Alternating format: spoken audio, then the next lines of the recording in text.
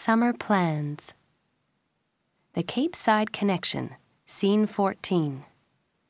Scene 14, exterior, the creek, day. The frightened girl runs towards the dock. The killer follows her. He is wearing a long black coat and a wide hat. The hat covers the top part of his face. The girl has to escape, but she is trapped on the wooden dock now, and the killer is getting closer. The pretty teenager is the only person who knows everything about the gang of criminals, the Cape Side Connection. If they kill her now, nobody will ever know the truth. She has to escape. But how? The girl looks around her. She sees the rowboat, which is tied to the end of the dock. This is the only boat that she can see. If she can get away in it, the killer won't be able to follow her. But she needs a pair of oars to row the boat. She sees a pair of oars lying on the dock. She grabs them, and she runs. She jumps into the little boat, and she unties the rope that holds it to the dock. She puts the oars onto the sides of the boat, and the ends of the oars into the creek, and rows away from the dock. She pulls hard on the handles of the oars. The killer lifts his gun and shoots at her. The bullets strike the water around the boat, but they don't hit the girl. As she gets further from the shore, the girl shouts to the killer. Girl, shouting. Why does your boss hire killers who can't shoot straight? That's great! Dawson Leary called out. Okay, we can stop now. Dawson was holding his video camera up to his face. He was still looking through the viewfinder of the camera as he shouted. He was still looking at his friend Joey Potter as she rowed the boat out into the creek. Then he pushed a button on the camera, and the scene in the viewfinder faded to darkness. That was great, he said. Let's... But he didn't finish the sentence. He took a step backwards and fell off the side of the dock into the creek. When the young man's head came up out of the water a few seconds later, he heard laughter around him. He pushed his wet blonde hair away from his eyes. Joey was laughing, and Pacey Witter was laughing too. Pacey, the killer, was standing at the end of the dock. As he laughed, he was throwing the toy gun into the air and catching it. That was excellent, Dawson. How did you do that? Pacey called to his friend. You should be in the movies. Another of Pacey's jokes. Pacey always made jokes. Movies were Dawson's biggest interest in life. His mother worked at the local TV station. She was a news presenter there. And his father was an architect. He designed hotels and stores. But Dawson had always wanted to be a movie director. His favorite director was Steven Spielberg. Dawson took film classes at school. During vacations and on weekends, he worked at a video rental store in Cape Side. He worked there because the owner let him take movies home every night. And this year, he had started making his own movies. Pacey worked at the store too, but he didn't let movies fill his whole life. Only Dawson did that. Dawson swam to the side of the dock, and he passed the video camera up to Pacey. By now, Joey had rowed the boat back to the dock. Suddenly, she stopped laughing. Do we have to act that scene again? She asked. No, it's okay, Dawson replied. This camera is waterproof. The film won't be damaged. And that was the last scene in the movie, my friends. The Cape Side Connection is finished. Great! Shouted Pacey. Now we can start our summer vacation. And he jumped into the creek next to Dawson. Don't sit there in that boat, Joey, Dawson said to the girl with the lovely long, thick brown hair. You're too dry. It's time to get wet now. I'm okay here. I like being dry, Joey answered. Dawson looked at Pacey. The two boys smiled. They were good friends. They'd been good friends for a long time. Now they understood each other without speaking. Suddenly, they both grabbed one end of the little rowboat and lifted it. Joey held the sides of the boat. No! No! She screamed.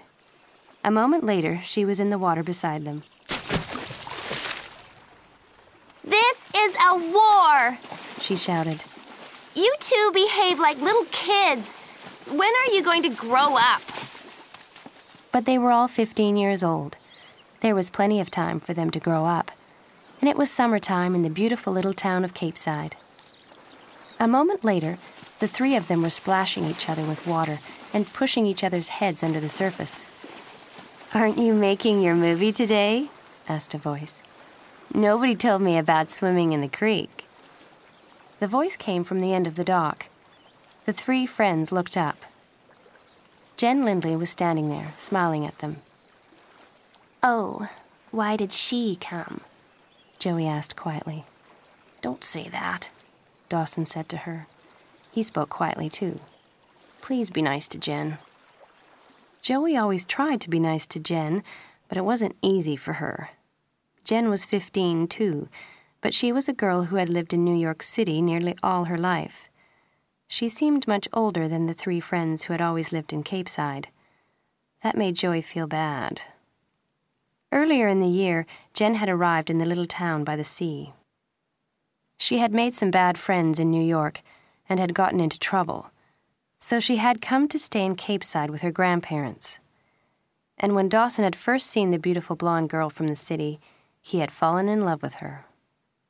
That was finished now. Joey knew that, but she couldn't really like Jen.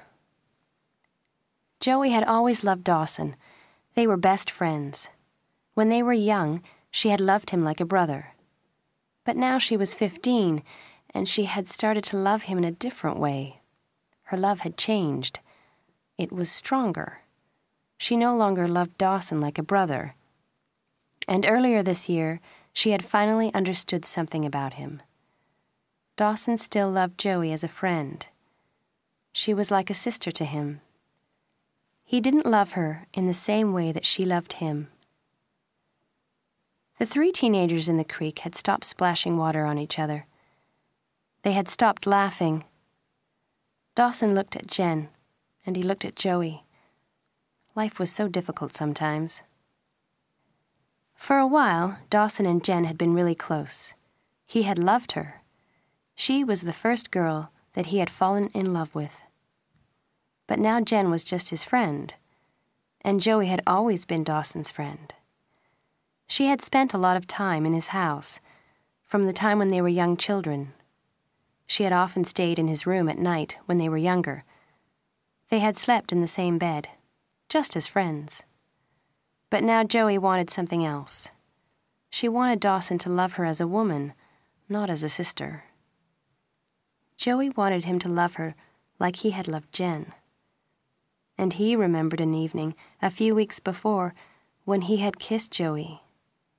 For a moment, everything had changed. What did he really want? Pacey looked at the other three. He wanted to end the silence. "Take off all your clothes, Jen," he said. "Jump in here with us." Pacey always said crazy things at the wrong times. "Thank you, Pacey, but I'll keep my clothes on," Jen said. She laughed. That's a new idea for her, said Joey quietly. As soon as she had said it, she was sorry. Dawson put his hand on Joey's head and pushed her under the water. A moment later, her head came up again. She spat water from her mouth. "What's your problem, Dawson?" she asked angrily. Dawson Leary didn't answer. He didn't know what his problem was. Later that afternoon, the four young friends were on the wooden dock by the creek. They had been there for several hours, enjoying the hot sun. Joey looked at her watch. It was nearly 4 o'clock.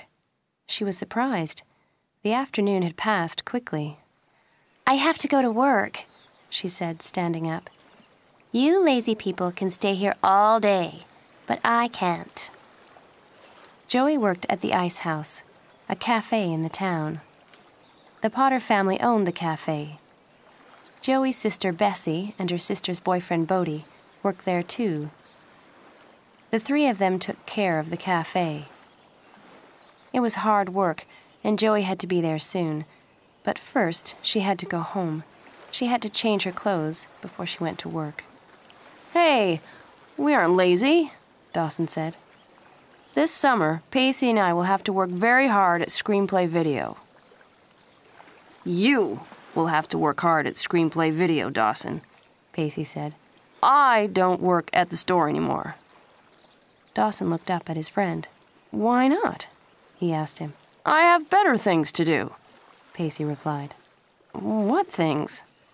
"Well, looking at beautiful women in swimsuits, saving lovely girls from death, that kind of thing," Pacey said lazily.